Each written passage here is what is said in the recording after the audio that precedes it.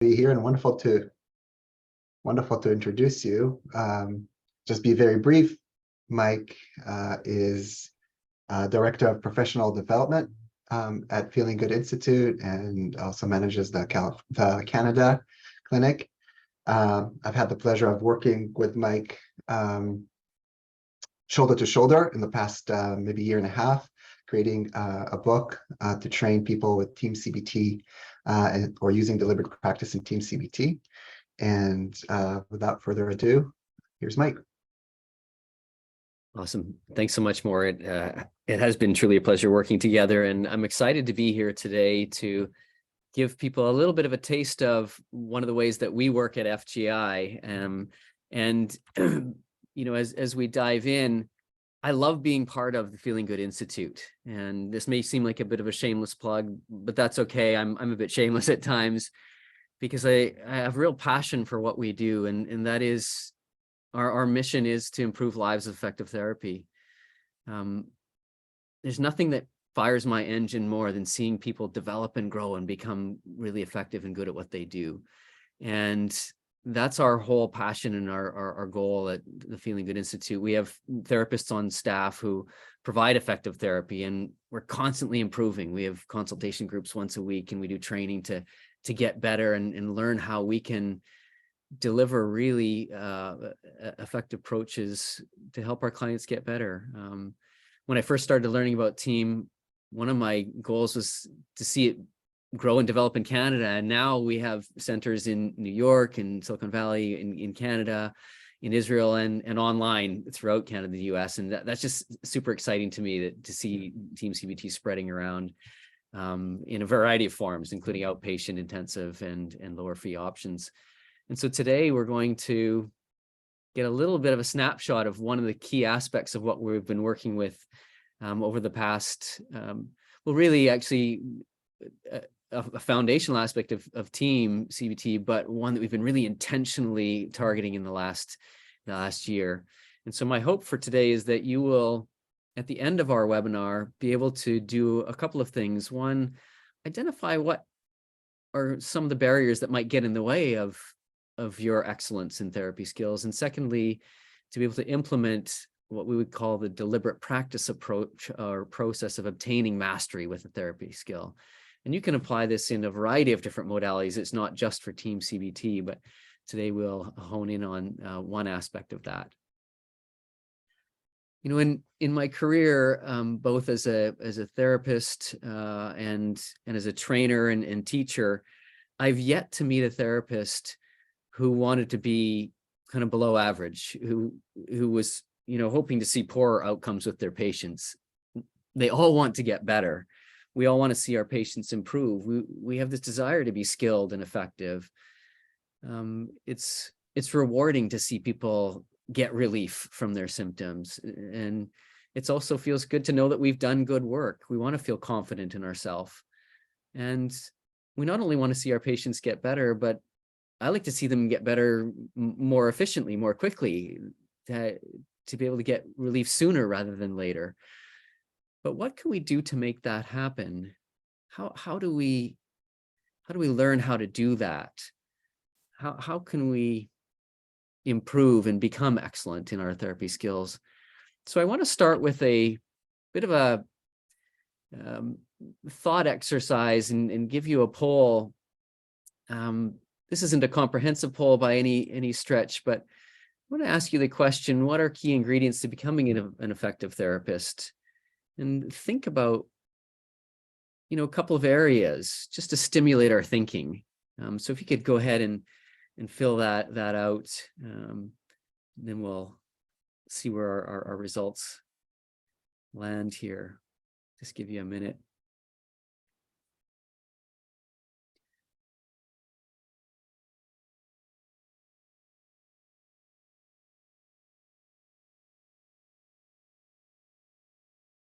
Awesome. Yeah.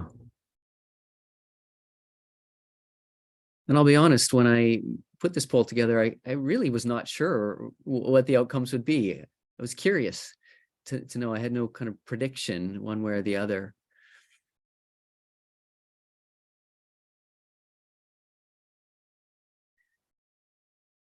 we've got, most of you have answered. I think we've got about 80%, and we really have four areas there. One is personal confidence, understanding of an approach, or years of experience, or high level of confidence. And the data is showing it's kind of all over the board here. We've got a number of you that have suggested 82% at this point that's having a solid understanding and foundation of knowledge in a particular approach is key. Being confident, over 50% thought that. Years of experience, 36%, and then having a high level of confidence in your skills as a therapist. I'm just going to end the poll now and show you the results that have come forward. And when I looked at these different areas, it's interesting because actually none of them is a guarantee that you'll have good outcomes. And I suspect some of you were onto that already with the poll. You see, you can have a lot of personal confidence. You can feel really great about yourself, but not be very skilled, and your results won't be there, right? I think we can all agree with that.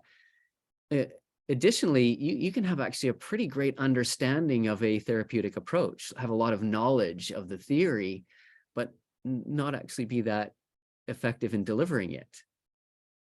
Now, the third one, having years of experience. I know when I started, I thought to myself, oh, once I've got more experience, then I'll be better. That's the key. And seeing your response is only 36%, you guys have some insight, because you're absolutely right. Sadly, experience is not actually a guarantee of having better outcomes. In fact, in a research study in 2016, they discovered that in the aggregate, therapists did not improve with more experience, either over time or with cases. In fact, they became slightly less effective. And that's sobering on the one hand, but also kind of exciting, because if we can find out why that happens, then we can turn that around. You know, if you think of any skill, if you get complacent, will you continue to improve and grow? Not likely. And what will your results be? They will taper. The fourth one, having a high level of confidence in my skills, 50% of you thought that was a key ingredient. And sadly, actually, therapists are poor judges of their effectiveness. In a research study, I just did a research brief that went out. Many of you may have seen it, that suggested love yourself as a therapist, doubt yourself, love yourself as a person, doubt yourself as a therapist. Actually, having a measure of self-doubt leads to increased effectiveness in your outcomes. And in this study from 2012, they polled therapists to find out who thought they were better than average, and 100% of them thought they were better than average on the whole in psychotherapy. Well, I'm not a statistics guy, but I know if 100% of the people feel they're above average, then 50% of them are either lying or deceived. Like, even if we did a poll today here, we've got 300 people here. If we said, in this group, how many of you think you're above average? A little over 150 of you would be below average on the aggregate in this group. And that is a bit humbling, even though most of you would likely report that you're above average. And so we're not actually the best judges of our skill. So how do we get better? What are the traditional ways that we, once we've done our education, get better? Well, we lean on supervision, and I love supervision. I do a lot of it. I think it's fantastic. I think it's really key to improving and growing. Sadly, my experience historically, not so much recently as I've learned these new approaches, but historically, supervision is often, a few people sitting around theorizing about a case. And sadly, there's not as much actual kind of improvement that goes on in your skill set. And so your outcomes don't actually change with supervision. Continuing education is another way. Today, you're here. Many of you are going to get CE credit for attending this course. And if I look over the kind of history of the times when I've done different CE courses, a lot of them, they provide you with a lot of great knowledge, information. Here's the knowledge you need to know. but are you actually improving in your skill set by taking a CE credit course? Unfortunately, a lot of them, no, you're not. And that's a bit sad. You become more knowledgeable, but not necessarily any more skilled or effective. The third one is learning and implementation of an evidence-based treatment. So choosing a specific modality or approach and really diving into it, learning about DBT or CBT or ACT or whatever the approach is. And historically, that was similar to, what we learn in grad school. You learn about all these approaches and you get some knowledge about them. But then you come out of grad school, and I hear this from people who are, wanting to start internships or practicums. They feel terrified about seeing their first clients because they feel like, I have all this knowledge, but I don't actually know what to do. I don't know how to do it. I can describe to you what to do, but can I actually do it myself?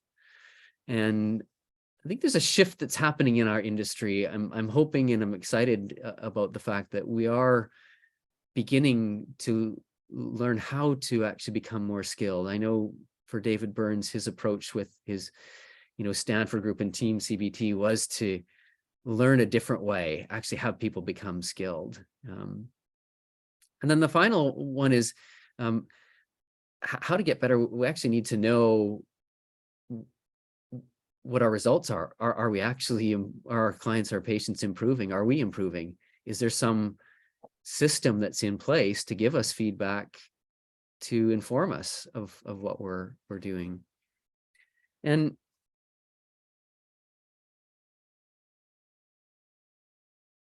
we're going to do a little bit of a modeling of what I would say is a bit of a traditional approach to learning a skill, and then we'll model again what I call deliberate practice. And I've asked LJ Davis, who's one of our trainers at FGI, to assist me, and Brad Dolin, who is actually one of our interns. He's been working through this approach, and it's going to be a little bit simulated for the purposes of learning. Brad's going to demonstrate something that he's actually far more skilled at than he's going to model in this first set. But the way we initially start is by saying, okay, what is the skill to learn? And I think we can all agree that all forms or modalities of therapy concur that having a strong therapeutic alliance, having a strong connection with our clients and empathic understanding is foundational to our work together. And yet, how many times do we actually practice empathy training? And so the basics that we're going to focus on today is 3 components of what I would call David Burns' 5 secrets of effective communication. We're taking 3 of what I would say the most common ones. If you look at a variety of other empathy training strategies, they'll almost all include these aspects. And that is reflective listening, repeating back what a patient says so they know we got it. And we call that thought empathy in Team CBT. The second is naming the emotions that the patient stated, or emotions they may be feeling, helping them to elicit or connect with their emotional state. And then finally, the classical open-ended question, inviting the patient to share more.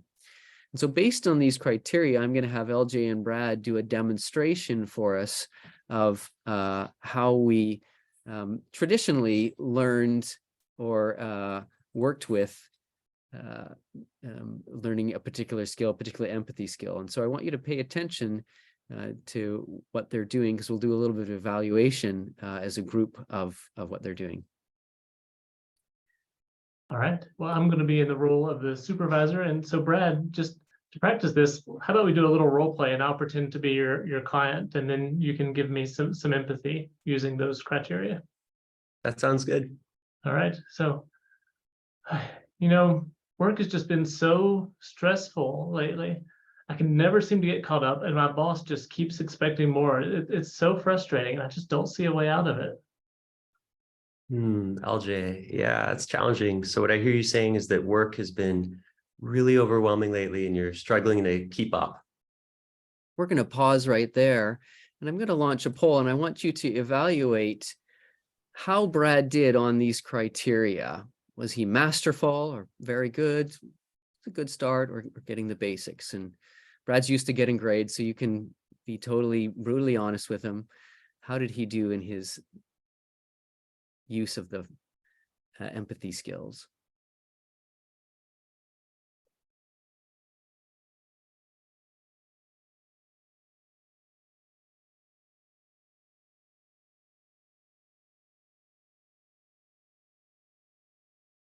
So we're seeing 8% of you are suggesting he was masterful, 35 very good, 45 saying it was a good start to build on. There's an opportunity for learning, and 11-12% are suggesting that Brad he's getting the basics, but there's lots of room for improvement. I'm just going to share the results there.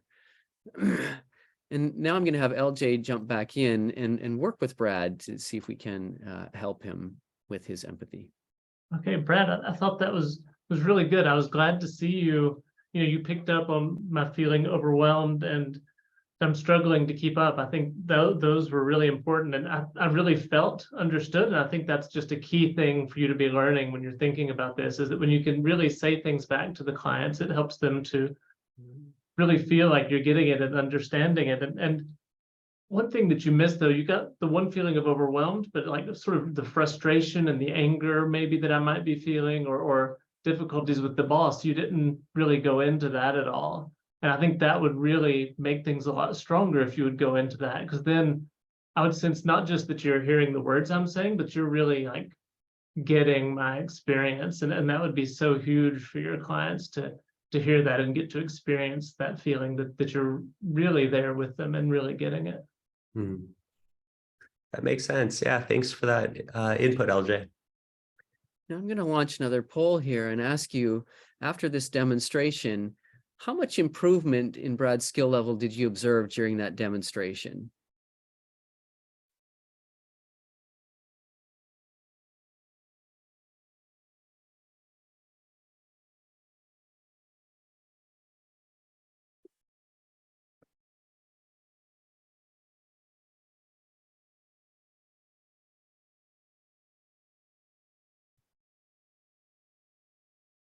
We're getting a variety of responses here. 33% are saying 0, 23% are suggesting it was a 25% improvement. 27% of you suggested it was a 50% improvement. 14% suggested 75% improvement, and 3% suggested 95. So I'm just going to end the poll now and share the results. And the actual correct answer for this poll is 0%. It's not possible to actually see whether Brad improved because we have nothing to compare it to. He only did one version. And so there was 0% improvement at this point. Now he might have learned something, but has he actually become more skilled in it? No, he hasn't, because he hasn't had a chance to do it again. And so when we ask ourselves, what are the key ingredients to improvement? How is it that deliberate practice enhances our skill set? There are three foundational components. And in the areas of sports and music and science, these three components are all there. But in the areas of therapy, historically, they've been missing. You see, if you wanted to learn how to play basketball, if you're teaching somebody how to play basketball, you start by learning out what they know how to do right now. If you take some, grade schoolers, then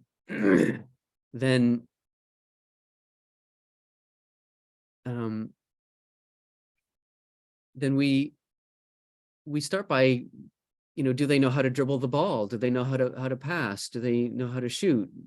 We get sort of a baseline of where they're at. Right? Most therapists actually don't know where they're at. They won't do testing as far as the outcomes with their patients. And part of that is because we don't want to know, because I think it would be very sobering for us. And so it's key that we actually know where we're at. The second is actually getting regular systematic feedback. This is where supervision, as well as getting feedback from our clients and our patients on a consistent basis, will give us the indication, are we actually improving in our skill set? At FGI, we do testing before and after every session with every client. So we know whether we're effective or not. We can actually tell you whether our clients are improving or whether they're static or whether they're regressing.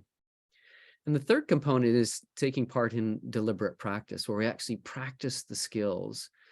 And so when we think about deliberate practice in the fields of kind of music or sport, we practice in what we call the zone of proximal development. We want to aim for an area that's challenging, but not overwhelming. You don't take a grade schooler who's just learning to play basketball and take them to an NBA practice and say, I want you to cover LeBron James. That seems kind of ridiculous. We don't take a 5-year-old learning to play the piano and put them, on stage in an orchestra and say, I want you to kind of practice with the orchestra. That would be far too challenging for them. So we start where they're at. On the same front, we don't take a concert pianist and have them play Twinkle, Twinkle, Little Star, with the 3 or 4 notes from a beginner's manual. They'd need something a little bit more challenging. So there's a sweet spot that we're aiming for, keeping in mind that even your concert pianist still practices the basics over and over again. Even your professional level athlete, your professional basketball player still practices shooting free throws and passing the ball to teammates and dribbling. And so as therapists, we want to find out where we're at with a particular skill, then practice at the basics until it becomes almost like second nature. We become very skilled at it, and then work towards more challenging but not overwhelming aspects of it. I know when I was learning, it was, I got to the point where I thought, oh, I've got this empathy skill down. I had a client who said, oh, you get me completely. And then my next 5 clients actually gave me poor empathy skill ratings. And it was humbling and yet refreshing. And so we want to keep in mind that this is lifelong learning. We never fully arrive. Every patient, every client that we work with will need a different language of empathy. And so we can constantly learn by getting that feedback.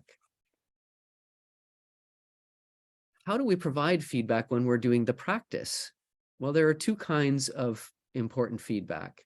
First is negative or corrective feedback, and you'll notice LJ did a little bit of that.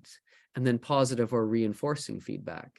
As a basketball player, when you shoot for the hoop, the negative corrective feedback is when you miss. It hits the rim and bounces off. And the positive is when it goes through. When it goes through, you keep doing the same thing over again. We need both. The same with short, clear, and actionable. It has to be in that moment. The basketball coach says to the player, just lift your elbow a little when you shoot. Now try it again. So it's very brief, very short, and then practice again. The key principle is heavy rehearsal, light feedback. We're aiming for a 4-to-1 rehearsal to feedback ratio. So if you're practicing for 1 minute, that's 15 seconds of feedback. You see this, in coaching in sports and in music as well. The coach will say, okay, here's the drill. Now go and practice. They practice for 10 minutes, and then he'll bring them together and give them 2 minutes of tips, and then they'll go back and practice for 10 minutes. In therapy training, we often do it backwards. We like to theorize. And we really want to be nudging towards more rehearsal. One thing I failed to mention earlier on is if you have specific questions, please send them to Maor, and we'll have a Q&A at the end. So you can, in the chat box, send them directly to Maor, and he and I will answer them at the end. And you'll also want to make sure you have the printout of the handouts for when we get to our practice section. This is a picture of Fausto Kopi. I think it's Kopi. For those that are Italian, you can correct my pronunciation. Fausto Kopi was considered the greatest cyclist of all time in the 60s. He won the Tour de France multiple times, the Giro d'Italia, the Tour of Italy, and multiple what we call classics or one-day races. And in my sport, I was a national level cyclist at one time, so I knew a lot about Fausto. And one of the things that happened was he had just completed a dominant race where he destroyed the competition. And after the race, one of the young reporters came up and made their way to the front through all the rest of the reporters and asked him this question. He said, Fausto, what is the secret to your greatness? Fausto paused for a moment because he hadn't seen this reporter before. And he was young and he wanted to kind of help him out. And he said, there are 3 things you must do. And everybody got really quiet. And the rest of the reporters got out their, notepads because they were going to capture, the greatest of all time, the Tom Brady of cycling, the LeBron James, the Wayne Gretzky. When he speaks, you really want to listen. And he said, there are 3 things you absolutely must do in order to become great. The first is ride a bike. He said, now the second is more important. And so pay attention and write this down. And that is ride a bike. And the third is the most critical piece of information that you'll have. And he said, ride a bike. Now, on one hand, he was being humorous, but he also was capturing what is profound and critical no matter what you're wanting to become great at. If you want to become a great musician, you have to practice. If you want to become a great athlete, if you want to become a masterful therapist, you absolutely have to practice. The challenge is there are barriers that get in the way of effective practice. We have this gravitational pull away from practice. There's a kind of a sense that, oh, we should just be good at this. People said to me when I was moving into the field of therapy, they said, oh, Mike, you're going to be so good at that. You're such a sensitive, caring person. And I was, but I wasn't actually very skilled. So it's not enough to be caring and sensitive. We do care about our clients and patients. We want to be there for them. So here are four barriers that can get in the way of effective practice. The first is that the challenge is too difficult, right? Like our illustration with the musician, we don't put a 5-year-old learning to play scales in with, the orchestra. We don't put, a grade schooler in with an NBA to practice, guarding Stephen Curry. And so what we want to do is break it down into what are the basic skills and start with where you're at. With this empathy training, you may not be able to get all 3 of the skills the first time. Let's focus on getting the one. Let's get the thought empathy, then add the emotion, the feeling empathy, and then add the inquiry. So we break it down into components that are digestible, and remembering that when we do the feedback, one thing we did well, one thing to improve on, now let's practice. Second is anxiety. If I suggested that right now I'm going to randomly select one of you and open your mic up and have you demonstrate a skill that you have never done before in front of a group of 339 colleagues, I suspect that the vast majority would feel a little bit anxious. You might even be feeling anxious now that I've said that out loud. I know I would be, because it would be a bit intimidating, because we want to do well. We want to show that we're skilled. The key when you get into a practice with a dyad or a triad is to jump right into the practice. Face that fear. It's like learning to ride a bike. The first time you try, you fall off and it's a bit scary. So then you get back on and you do it again. And that's how we learn.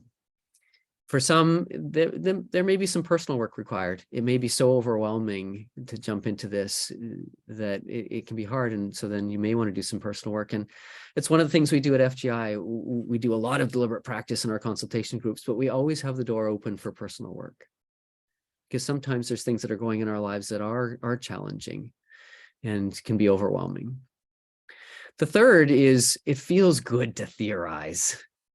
We love to theorize. We paid thousands of dollars for our degrees. And we have this wonderful piece of paper on the wall that says we're pretty smart. And it seems almost wrong not to share our wisdom and our knowledge. And so when we get into practicing and training together, it's like, here's the best opportunity to share how smart I am, how much I know. It's like this almost addictive thing that we have. It feels good. So the key is to keep your feedback really concise and focused on the particular skill rather than this broad kind of teaching thing that we do. And then the fourth one, which really goes hand in hand with the second and third, is we can fall into the trap of excessive feedback. Remember that 4-to-1 practice to feedback ratio is key. And excessive feedback is just a subtle form of avoidance. We're sort of avoiding facing the music in a sense. And so I'm going to have Brad and LJ now demonstrate what we would consider a very effective approach. And just so you're aware, this is the first time Brad has heard this client statement. He hasn't heard it before. So it's fresh to him. And LJ is going to walk him through a deliberate practice approach to developing his skill. And then we'll do the same polls again here. Go ahead, LJ. So, excuse me. So Brad will do the same role play again. And work has just been incredibly stressful lately. And I never seem like I can get caught up. My boss just seems to be expecting more and more. And it is so frustrating. I can't see any way to get out of this trap. LJ, yeah. So I'm hearing that work has been really stressful lately, and it's a huge struggle just to try to keep up.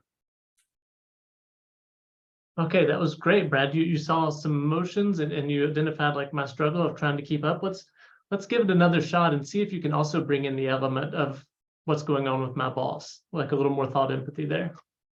Yeah. So I'll give you the prompt again. Sure. Man, work has just been so stressful lately. I can never seem to get caught up, and my boss just keeps expecting more. It's so frustrating. I just don't see any way out of it. LJ, yeah. So work has been so stressful lately, and there's this huge struggle just to try to keep up. And on top of that, even given how much you're doing, your boss is demanding more and more.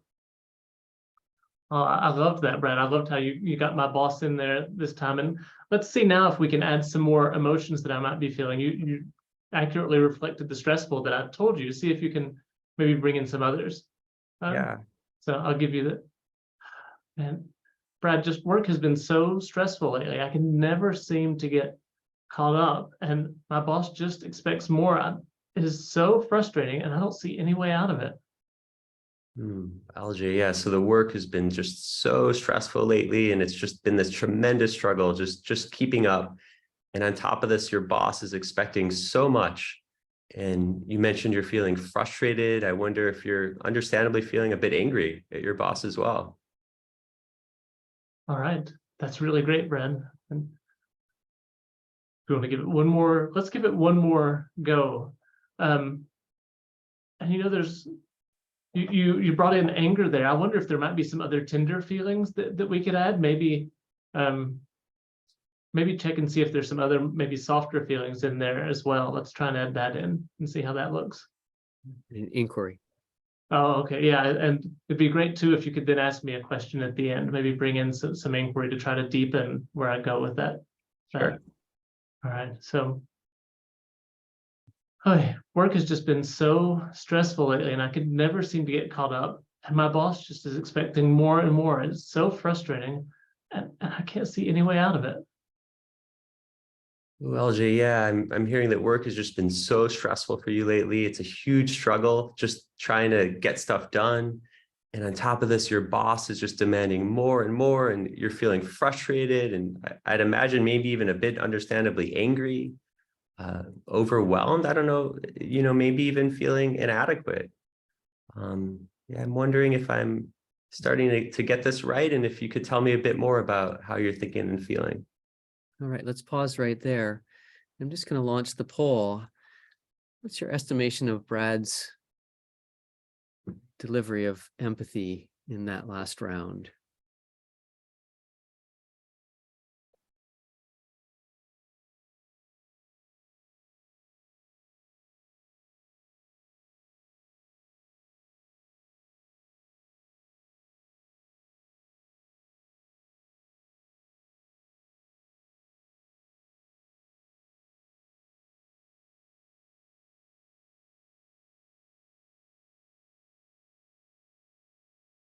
We can see in the results here, 37% of you thought it was masterful. You can't even think of any way to improve it. And 51% thought, well, that was pretty solid. Maybe just a couple of tweaks here and there. And 12% thought there could be some other areas of improvement. And so let me ask you this question again now. When you think back to the first time Brad did the demo with LJ compared to the last round, how much improvement did you see in Brad's skill level?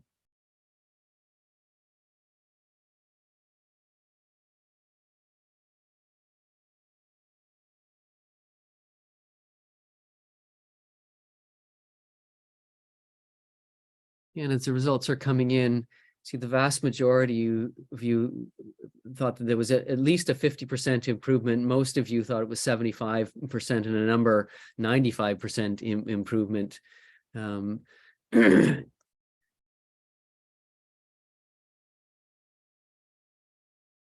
a couple would love to see more from you, Brad. This before that showed just the 0%. Either that or they thought you were so good at the beginning they couldn't tell the difference.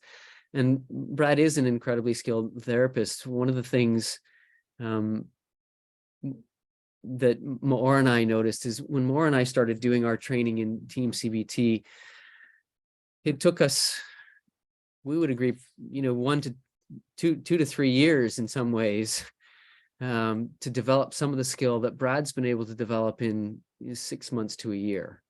He's so much more skilled in such a shorter period of time because he's been working through deliberate practice, and he's set his ego at the door. He's humble enough to go, no, oh yeah, I still have areas to improve, and I can work with this.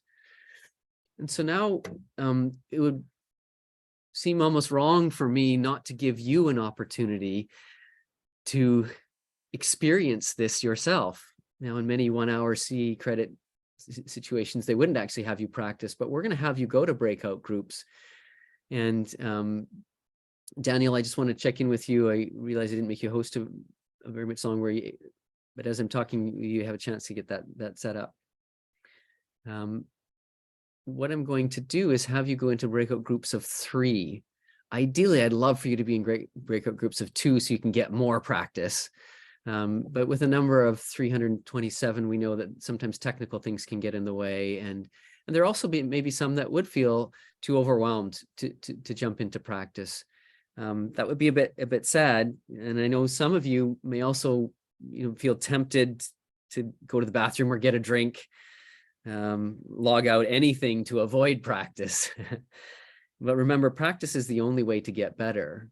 And so choosing not to practice is kind of like choosing not to improve as a therapist. And so the breakout instructions are, first off, take 1 minute to introduce yourself. We're going to be in the breakout group for 10 minutes. And then the person whose first name comes first in the alphabet, you get to play the patient first. You don't actually have to start with practice. But then of the other 2 in your group, one of you will decide to play the therapist. And please make that decision fairly quickly, jump right in. And you're going to practice until what we call mastery. So you'll notice LJ and Brad did 4 to 5 rounds with the statement. And I've given you 2 client statements. One's a little simpler, and then one's a little bit more challenging. And then after 5 minutes, switch roles. Now, if you're in a group of 3, it will only be time for 2 of you to do practice. And I feel a little sad and guilty that one of you will miss out on that opportunity, but you're going to observe what's taking place. And then after we're in the breakout groups, I will give you an opportunity to just evaluate a couple of things. And then we're going to have a bit more instructions about C credits, a bit of follow-up, and then some Q&A. Daniel, can you open up your mic? How are we doing? Yeah, no, we're all set to go. What's the timetable that we're heading out to the rooms for? 11 minutes. Okay. In there. And maybe what I'll do is right now, I'm just going to make sure that everybody has, oops, let me put this to everyone in the meeting. I'm going to make sure that everyone has the, oh, can I do that?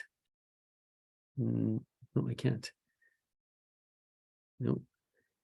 Oh yeah, I'm just going to attach the file from the desktop here. No, here we go. So if for some reason you weren't able to download it, it is in the chat box right now, and you should be able to get a hold of that right away. All right, well, let's head to our breakout groups, and then we look forward to getting a bit of feedback from you. Okay.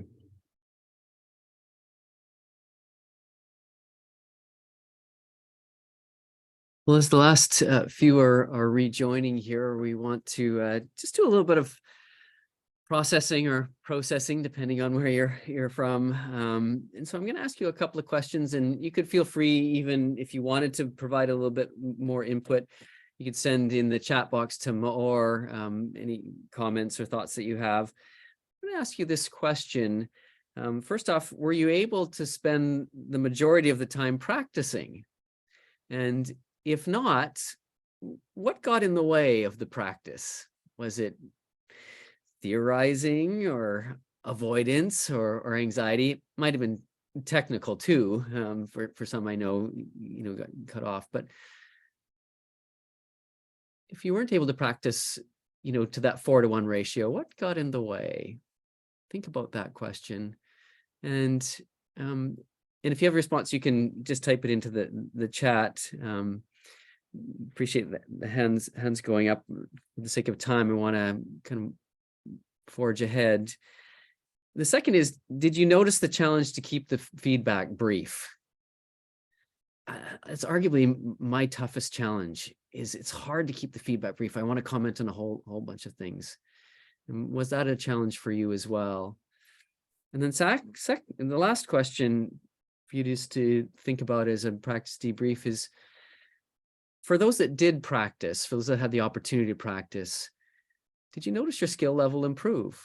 Did you notice a change? You feel more confident in doing those 3 empathy skills? And Maor is going to have a look at some of those and may share some of those as well. Before we dive into the Q&A, just a couple of things that we need to cover. The one is just a reminder that, the Feeling Good Institute, and this might be a little bit of a shameless plug as well, but almost everything that we're doing at the Feeling Good Institute now is trying to incorporate deliberate practice into it. I teach a course, a 13-week course in September, and we're incorporating more and more practice opportunities because we're seeing the change in the development. We also have, consultation groups and a certification and therapist community where you can get support in that training. And then, of course, the free webinars.